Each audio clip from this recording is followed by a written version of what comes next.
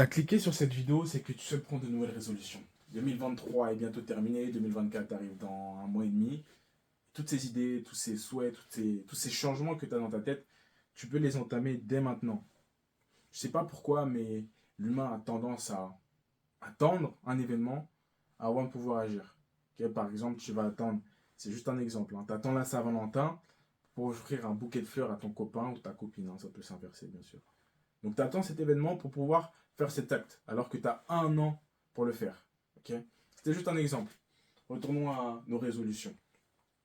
Ce que j'ai fait, et ce que je te conseille de faire, c'est que dans un premier temps, tu te mettes à l'écart de tout bruit, c'est super important, de ton téléphone, de ton ordinateur, quand bien même tu as ton téléphone au moment où tu regardes cette vidéo.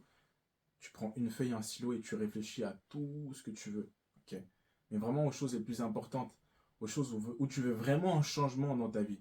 Vraiment. Mais t'écris vraiment tout ce que tu peux. Écris, écris, écris, écris. Et quand tu as fini d'écrire, ça peut être 10, 15, j'en sais rien du tout. Tu en prends 3, pas plus. Pourquoi pas plus? Et j'insiste, parce que le changement, c'est quelque chose qui nécessite de la volonté. Et c'est assez énergique. À certains moments, ce sera dur. Donc si tu as beaucoup d'objectifs, au bout d'un moment, tu vas abandonner, tu vas dire, ok, j'ai telle chose et telle chose à faire, j'ai abandonné pour cette chose, comment est-ce que tu veux que je puisse réussir cette chose? Tu vois ou pas ce que je veux dire? Donc, tu en prends trois à la rigueur. Si tu en as un ou deux, tant mieux. Mais trois, je pense que c'est pas mal quand même pour un changement. Donc, suite à ça, tu vas en prendre un parmi les trois ou deux. Et tu vas te poser une question simple, mais c'est pas qu'on ne se la pose jamais, mais je pense qu'on ne se la pose pas de la bonne des façons. Tu vas te demander pourquoi. Pourquoi est-ce que tu veux aller à la salle de sport, par exemple? Pour gagner en masse musculaire, même si ça te paraît logique, c'est logique. Tu peux gagner, aller perdre ou juste stagner, être en forme. Mais on va dire, dans notre cas, on veut gagner en masse. On veut gagner en masse musculaire. Donc je vais aller à la salle pour gagner en masse. Ok. Pourquoi tu veux gagner en masse musculaire? Pour, euh, pour être plus confiant dans la vie de tous les jours. Pour maîtriser au moins certaines situations où que les gens sentent ma présence. Tu vois? Ça peut être ça. Pourquoi est-ce que tu veux être plus confiant? Tu vois, ça peut aller très loin en fait, ce pourquoi.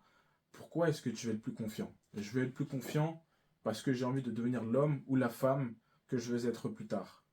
Donc je ne sais pas si tu as remarqué, ce simple objectif se transforme en une direction, en un chemin. C'est plus qu'un simple objectif.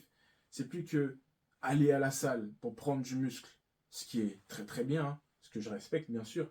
Mais le fait de se dire que je vais aller à la salle pour prendre du muscle parce que j'ai envie d'avoir plus confiance en moi, parce que je vais faire ci ou ça plus tard, et ça change tout.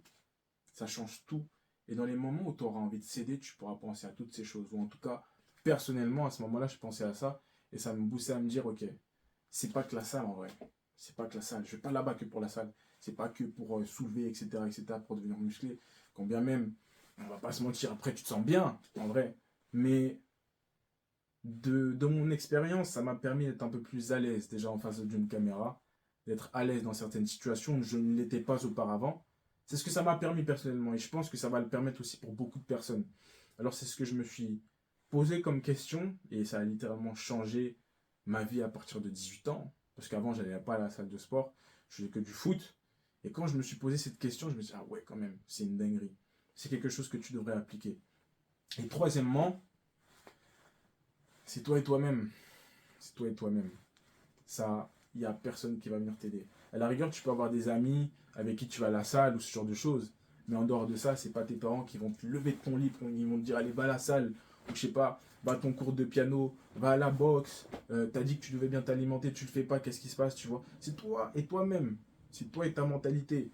Donc tu es tout seul à partir de ce moment-là. Mais ce pourquoi va t'aiguiller. Ce pourquoi va te montrer le chemin. Ça va montrer le chemin. Je suis persuadé, vraiment persuadé que ça va le montrer à beaucoup de personnes. C'est juste que, comme j'ai dit auparavant, on ne se pose pas forcément la bonne question. Je pense que l'humain a le choix dans la vie.